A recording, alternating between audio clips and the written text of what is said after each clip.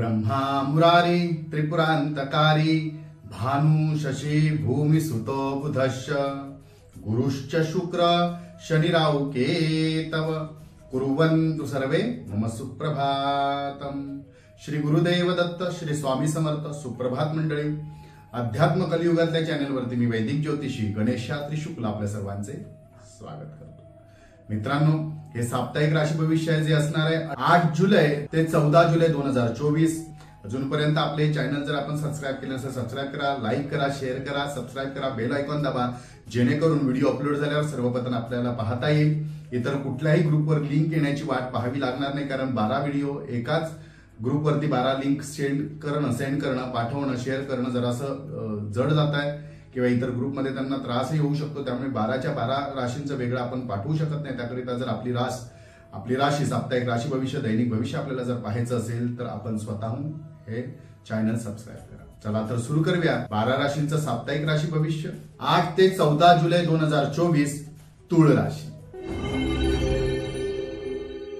सध्या काही ग्रहांच्या युतींमुळे किंवा सध्या काही ग्रहदशा आहेत त्याच्यातून आपल्याला शारीरिक दुखापत सध्या होण्याची शक्यता वाटते आहे।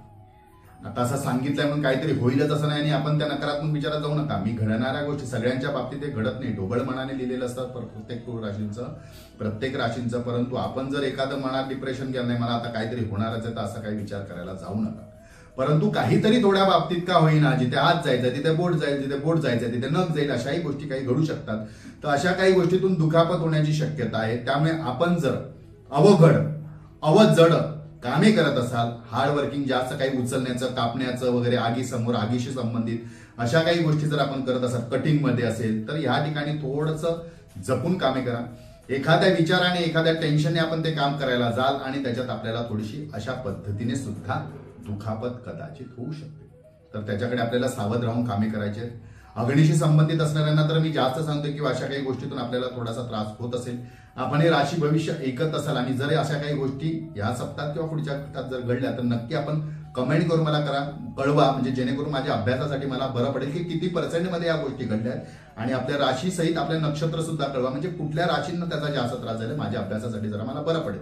घडल्या तर, नाही घडल्या तर श्री गुरुदेव दत्त स्वामी समर्थ, चांगलीच गोष्ट आहे। तर अशा काही गोष्टीतून आपल्याला थोडासा त्रास होऊ शकतो। तर सावधतेने विचारपूर्वक म्हणजे कामं करायचे, चिंता जास्त ठेवू नका। चिंतन करून म्हणजे चिंता करून जर आपण कामे कराल तर त्याच्यातूनच आपल्याला नुकसान होणार, पुन्हा तेच आपल्याला सांगतोय।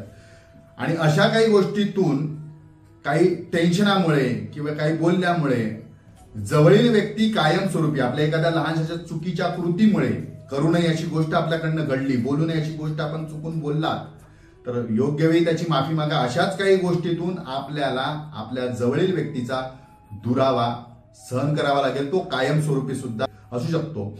आणि अशा दुराव्यामुळे, अशा वियोगामुळे आपल्याला त्याचा मानसिक त्रास सहन होणार नाही आणि त्याचा नंतर आपल्याला खूप त्रास होणार आहे।